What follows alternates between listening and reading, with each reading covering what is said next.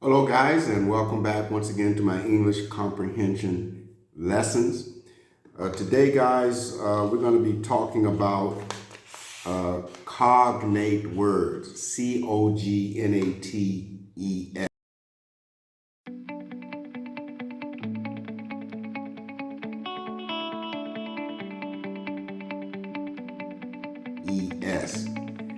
But before we get into that lesson, please like my page and also hit that subscribe button for me if you have not already done so. And as always, it would be greatly appreciated. So we're going to talk about cognate words today. So what are cognate words and why do they matter? Why do I talk so much about cognate words? In brief, cognate words are words that have the same linguistic roots.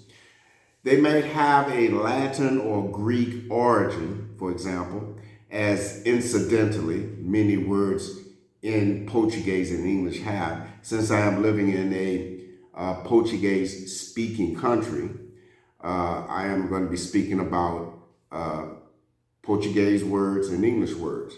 They both have similar meanings, a lot of the cognate words. So what makes cognate words special? They are words that just don't look and sound similar, but they also have the same meaning. There are three types of cognate words. One, cognate words are words that are spelled exactly the same. Two, cognate words are words that are spelled slightly different. Some of these cognate words in different languages are spelled slightly different. And three, cognate words are words that are spelled differently, but they have sounds, and they sound similar. And I have found that to be true, particularly in the Portuguese language, in English language. Cognate words are words in two languages that share similar meanings, spellings, and pronunciations. So what makes cognate words special? They are special because they just don't look and sound similar. They have the same meaning. That's why practicing these words is a sure way to boost your vocabulary. I'm always talking about vocabulary words also when you are learning a new language. Learning different vocabulary words in the new language that you're trying to understand is very important. It only takes a few minor tweaks and turns in spelling and pronunciation to go from the English version to the other language that you're trying to comprehend, or vice versa. So I'm going to go through a little exercise.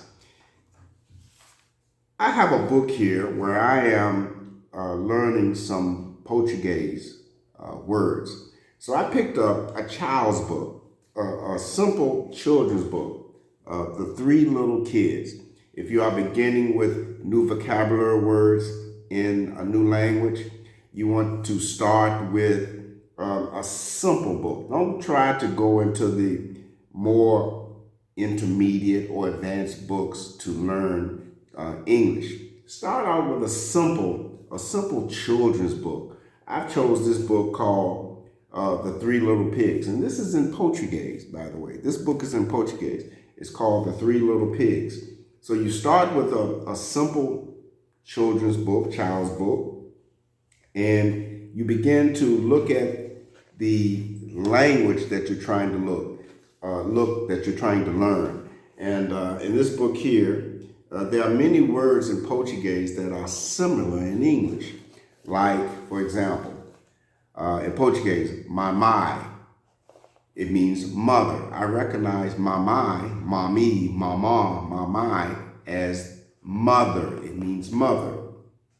Here's another word in Portuguese that sounds the same, spelled the same, and it means the same. It's material. Here's another word in Portuguese that is similar in English.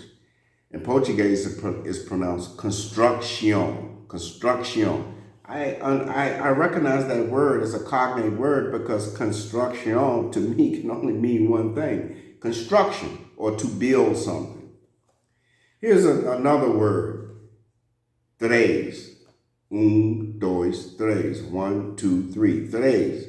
Três, I understand and recognize that as a cognate word because it sounds similar: three, três, três, three, and it means the same thing: the number 3.